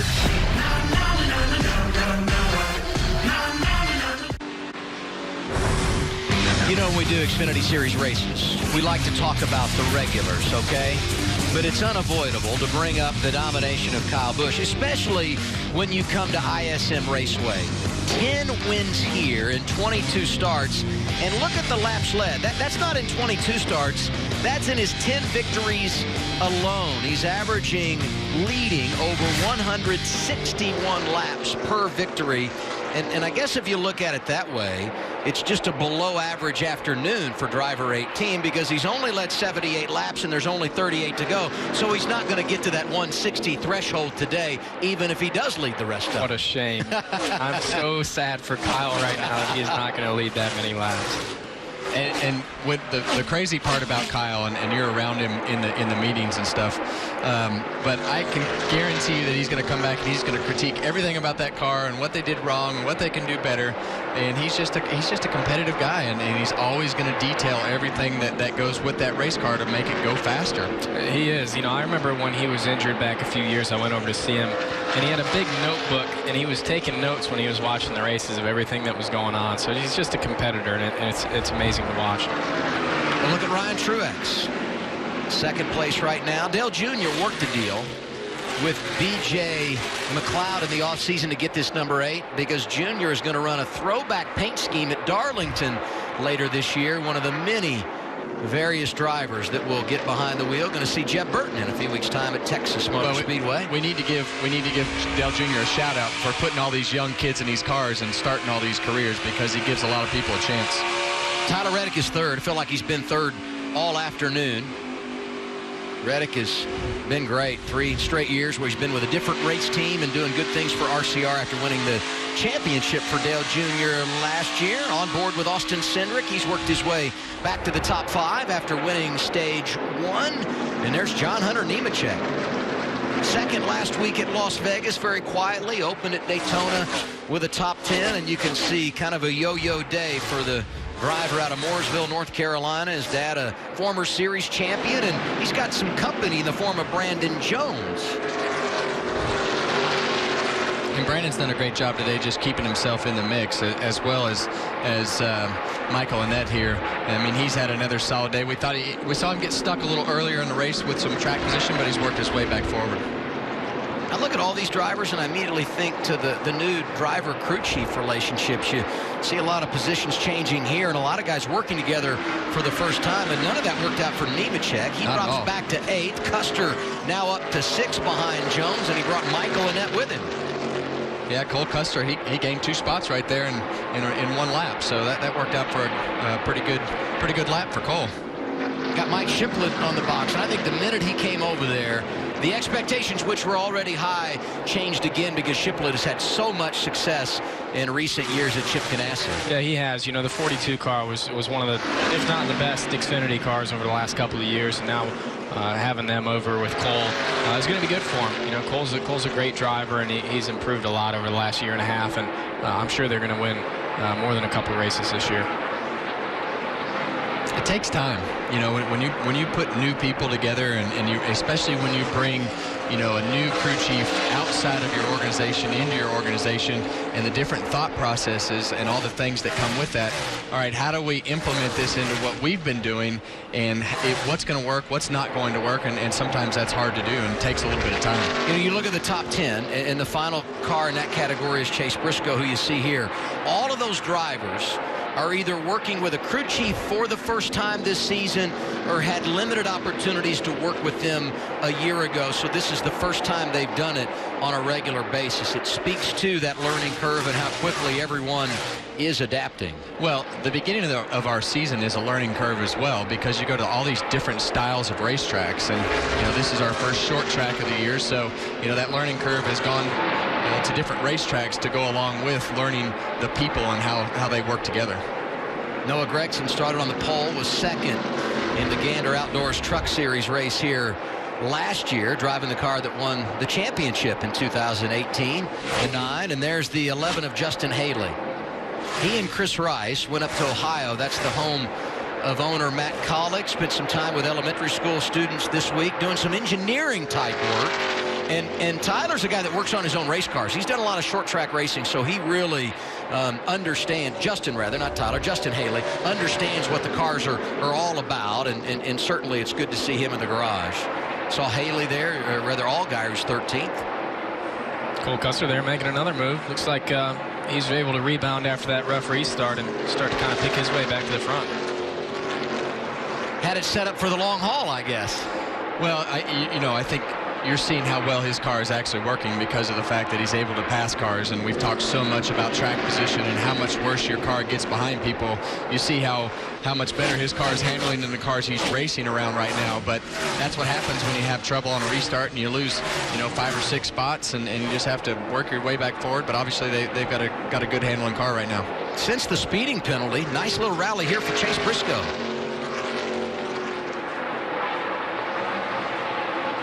We've shared this story a couple of times throughout the weekend, but it bears repeating. He had set his wedding date after getting engaged in the off-season for November 22nd, talking about Briscoe. Just this past week, NASCAR announced the schedule for all their championship banquets. The Truck Xfinity banquet is going to be November 22nd, so they had to adjust their wedding date just in case he's a part of the equation on championship night in NASCAR. That's true love, isn't it? Yeah, and we happen to be sitting talking to Delaney and I talking and looking at Twitter together, and she said, "Oh, these young kids. Sometimes they gotta know what's going on. They'll learn." When you've been married 18, 20 years, it kind of puts it all in perspective, doesn't it, Kevin? What do you say, Regan? Well, you guys are talking about Chase Briscoe. Hey, this weekend started very challenging for them. I talked to them in practice the other day. They were chattering the front tires. Well, they finally gotten that race car freed up. But the thing I thought was most interesting was listening to them at the start of the race. His spotter, Timmy Fidoa, who, Kevin, I think you know pretty well, was coaching him up, really coaching him up on how to pass cars at this racetrack, because it is so difficult to pass and to have to get clean air on your nose. As the race has gone on, he's gotten better and better, and it's been completely different on the radio. And it really is an art. And, as you get behind a race car and you're faster, at this particular racetrack, you have to let off in different spots, let the car roll different, let off the brake different, get in the throttle different. So you have to actually adjust everything that you're doing in order to make sure your car's in the right spot to try to make a pass or start a pass and then finish it. Yeah, you really end up shifting your corner around. That's how I like to put it, is you change the way you're getting in, and you get a better run off to kind of set those guys up to make the pass on the straightaway. Had 4 cautions in the race so far today. Last couple of weeks, we've gotten a yellow flag late in the event, and Michael Annett had a moment with a lapper that could have very well brought a caution out here today with less than 25 to go. Whew, it's Mike Harmon. And that wall jets out right to the yellow line. So there's really nowhere for the inside car to go right there without hitting the wall. So it's definitely a tricky part of the racetrack. And I've seen guys hit the left side of their cars with the wall, on the wall, in the past on a restart or something when they get squeezed down there. So that was tight.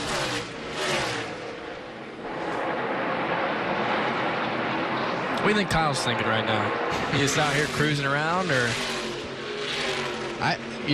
Last week after the Cup race, Kyle was flaming mad, and I walked up to the media section where he was doing the interviews, and he's spitting fire, not wanting to talk to anybody. And I looked right at him. I said, "You need a hug, don't you?" I said, "You're mad." Did you give him one? No. He immediately turned around and walked off. And right now he's probably thinking that I've got him beat today. I just need to go as fast as I need to go and keep him in my mirror and not overdrive my car and take my time. Is he managing the equipment a little bit here in anticipation of the fact we could get another restart if the caution were to come out? Oh, I'm sure he's pretty happy with his 2.5 second gap and probably not trying to really gain much more than that. He's going to manage in case, like you said, you get in a situation with a late race restart, so he's probably taking it a little bit easy here. Put Chastain a lap down. 4 cars in 16th right now. There's Truex second. He's 2.6 seconds behind Busch. No, these dudes, simmer it down, boys, simmer down. I'll wait for them. See, so you know he's having fun because he's joking around on the radio. So you can definitely tell when he swings it the other way. But he definitely knows he's in control right now. Brandon Jones, Michael Annett racing for 6th here. I think we need to give Travis Mack a shout out. Michael Annett has just had a phenomenal start to the season, obviously winning at Daytona, but that really, to me, isn't the whole story. The whole story is the fact of how consistent they have run. You know, and obviously today he's running 7th and had just had a solid day, and that's not something that we've seen out of Michael in the past. And I got to believe that, you know, having Travis come over and that experience that he brings and the things that he's done, you know, have obviously added a lot of confidence to the team. But you can't drive a slow car fast, and obviously they're doing a great job with his cars and being able to make them drive better, and they're doing a great job. It's been an interesting year for Travis Mack. We saw him on the pit box there, and I told this story briefly last week, but he began 2018 crew chief at the Cup level for the first time at Levine Family Racing, and that just didn't go well. And eventually he's let go and left to wonder what's next. And immediately I thought, well, if there's an opportunity to get him involved at Junior Motorsports because of his long-term connection in Hendrick, that would be great. And that's what happened. And these two have been unbelievable dating till late last year. Well, the thing that happens when you go Cup racing is you learn a level of detail that you don't ever forget. And the expectation of details, you know, at the Xfinity Series are different because you have less people, but when you have that experienced crew chief that has that Cup level detail, it carries over to a lot of success, in my opinion, on the Xfinity side. You know, it's so important for all these drivers when they come to town to do more than just hang out at the racetrack. And Eric, your teammate Brandon Jones, and we've talked about his success when it comes to getting behind the wheel of the race car this year, but he's also doing great things away. He's always serving our military, and as a part of his trip to Phoenix, got to go over and tour Luke Air Force Base earlier this week. Yeah, that's pretty cool. Brandon's always been a big supporter of our military, as are all the drivers in all 3 series, but pretty neat when you get to go hang out with the men and women that you know, have fought and served for our country, and get to see what they get to do on an everyday basis. Not a sport that does it better. I tell you what, this garage is full of great people, and on a weekly basis we support our military and appreciate everything that they do. And when you talk about giving and charities and all the things that come with the drivers and teams and people in this garage, there's not a sport that does it better. And another driver has got a new crew chief this year. Jeff Mendering went over to start working with him after his stint at Stewart-Haas Racing, and we've documented, both Matt and Regan have told the story many times about how Jeff and Brandon have spent countless hours together in the simulator preparing for these races and the situations that they would face early on this year, and certainly handling it well. Nearly a top 5 last week before that crash, and running 6th here today. Tyler Reddick really moving up down in turns 1 and 2, really trying to work that top lane in, which sometimes works here later in these tire runs. You can get up there and make some headway on that higher line. Yeah, and the interesting part about this particular racetrack is if you can get the racetrack cleaned off down in 1 and 2, there's some little sections of seams that have where they put the filler in, and sometimes if they get enough rubber on them, you'll find sections of the corner that have a little bit of grip, and you can slide up into it and get the car pointed off the corner. So Tyler Reddick is really good at moving around and finding grip. That's obviously something that he learned in his dirt racing, and we've seen a few of those guys do that. This is for position, albeit a lap down. Ray Goulding in the 08, driving for Bobby Dodder. Both he and teammate Ray Black Jr. had a career best finish last weekend at Las Vegas. They were 11th and 12th. And here's Gray again, inside the top 20, knocking on the door of the top 15. They don't have a ton of money. fact, he told me yesterday during practice, I like to call my guys the six-pack because that's how many employees we have working on these race cars. He's getting everything he can out of it.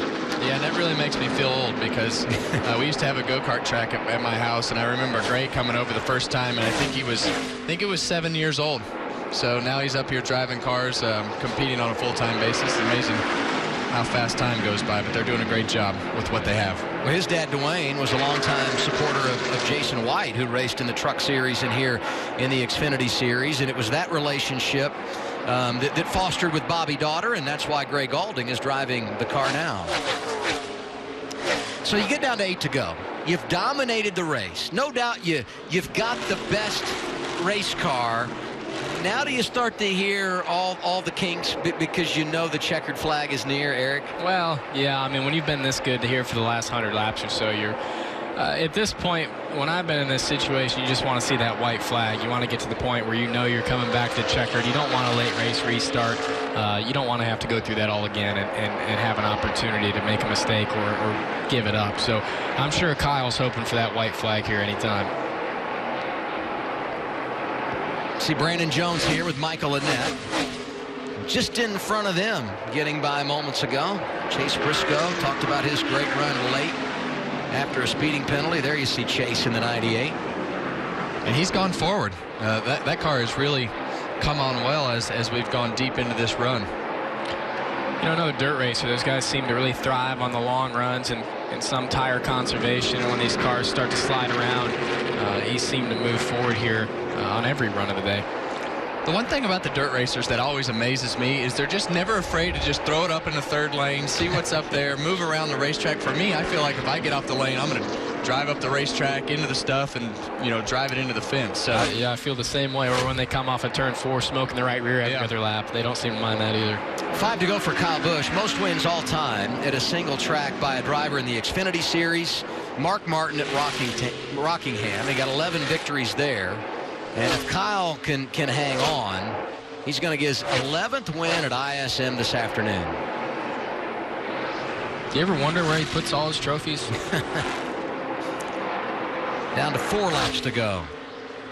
Going to have to make room for another one, I do believe. I think so. As many as he has, it's probably becoming expensive to figure out where to store them. I'd have to imagine. Yeah. What a year, though, for Joe Gibbs Racing. 1, 2, 3 in the Daytona 500. Truex, nearly wins at Atlanta a couple of weeks ago.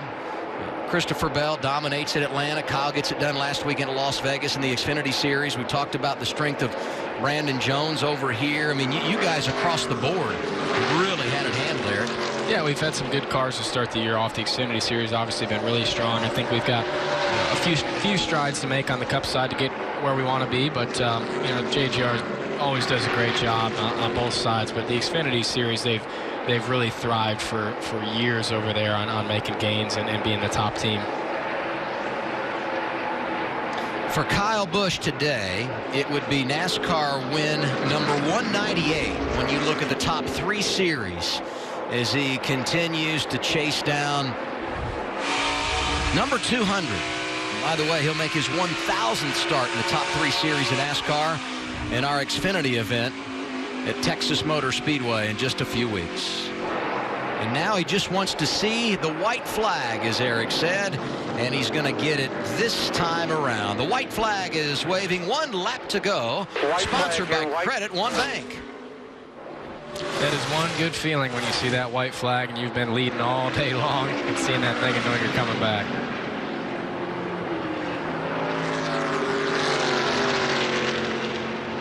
Little lap traffic shouldn't be a problem down the back straightaway. 116 laps led for Kyle Busch. A little desert domination as driver 18 gets his 11th win at Phoenix. Good job, guys. Thank you. Good work. Business awesome job there, as man. usual. Good job in your car all weekend. Got the fresh tires on there at the end. Took off. Last week, Ben Bayshore became the 15th different crew chief to win with Kyle in the Xfinity Series, and they're undefeated 2-0 after their win here today. Well, it's always great to see a new sponsor come into and the iK9.com, and they're the sponsor of the race today on Kyle's car, and you've seen Jeffrey Earnhardt drive that car, so it's always fun to see new sponsors come in and have success. Yeah, and actually going to support a car driven by Jeffrey that's affiliated with Joe Gibbs, but will not be a full JGR operation when we go to Texas Motor Speedway, I believe it is, in a few weeks. That's correct. I believe he's got this down to a science, too. Yeah, it's got to be got to cut into the TRD motor count when they're doing all these burnouts, right? Yeah, I think he works hard on cutting into that one. We mentioned he's closing on 200 wins when it comes to the Gander Outdoors Truck Series here in Xfinity and Monster Energy NASCAR Cup. He's also closing on 100 wins in the Xfinity Series, number 94 today as he climbs from the smoke, and we will get the checkered flag and then the bow from Kyle Busch.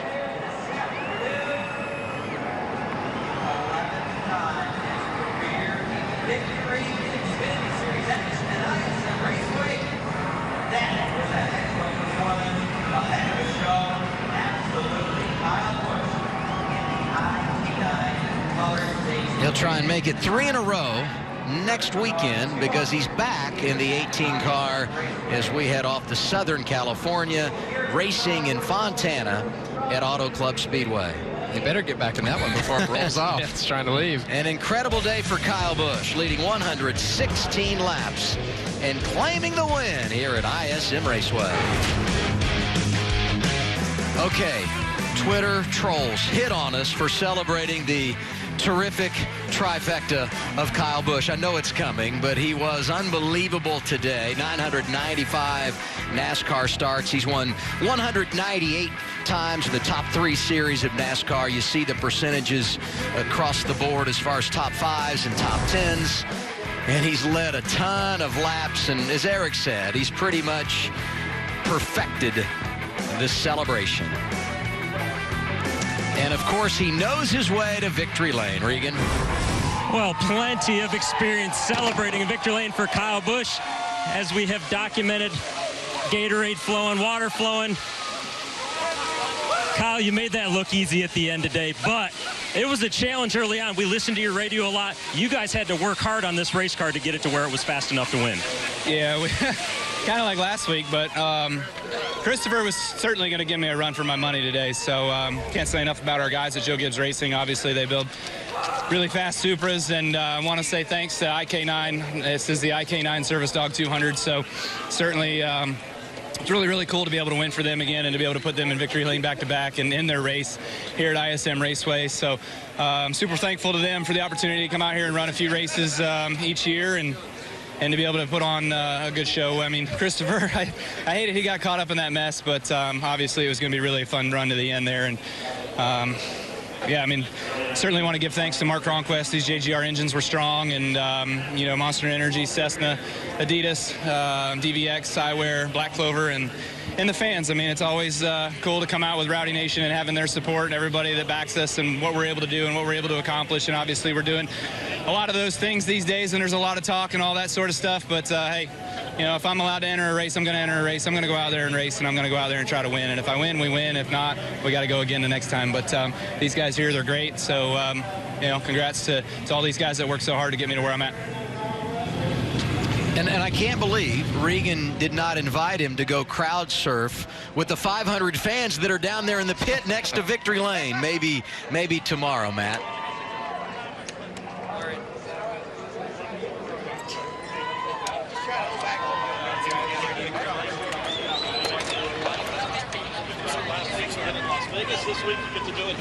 What do you have for us, Matt? Impressive day for Ryan Truex. This was a statement type day for you. Yeah, I guess it's good when you lose to Kyle Busch. I just got us behind at the start there. We were just too free, and I just couldn't run anywhere on the track, so I lost a lot of track position early. And we worked hard all day to keep it up and get it back, and then we had that weird deal where the ignition just stopped working, and I don't know what was going on there, but Taylor and the guys worked really hard. I'm really proud of them. Made the right changes, did everything they had to do to give me a good car, and I got that restart behind Kyle and was able to just get a huge run in 1 and 2. And our car was just so good on the long runs that I was able to hold Reddick off and finish P2. So thankful to JRM for this opportunity, and Chevy, Martin's Foundation for coming on board, Catwalk for a Cause, everybody. Feels good to be back up here. Ryan Truex ties a career best finish, second. Yeah, and that second came at Dover a number of years ago. Great day for Ryan Truex. Guys, final thoughts on what we saw here today? Well, obviously we know what Kyle Busch did, but I'm really impressed with Ryan Truex, and he doesn't get many opportunities and hasn't had many opportunities, and to see him succeed with a runner-up finish is pretty neat. Eric?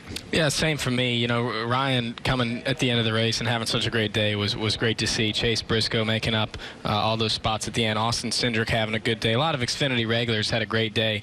Kyle was very fast. I feel bad for Christopher and Justin, what happened to them, but it was a fun race to watch. The two of you have had so much success at this racetrack. You roll off 8th tomorrow, 10th for you, Eric. What are your thoughts as we get set for just over 300 laps here tomorrow? Well, it's a much different style of racing than the way that you drive the car than the way it has been in the past. So I think track position is going to be very important. So I think that the mistakes that you make are going to be magnified. So you just got to minimize the mistakes and do everything you can to keep yourself up front. I agree. Yeah, it's going to be really tough. The way the cars are driving right now, they're so fast. It's really hard to pass that you're going to have to really get your track position early and try to keep that. No mistakes on pit road, on the racetrack, or anywhere else. So it should be interesting to see how it all plays out. Great job. Take the tie off, put on the driver's suit, and we'll see you for a fun one here tomorrow, okay? Sounds good. So Kevin Harvick and Eric Jones are all done up here. They'll get set for a big one here tomorrow afternoon as we continue our road trip out west. And Shannon, roll the breaking news animation. Kyle Busch has won again in the NASCAR Xfinity Series.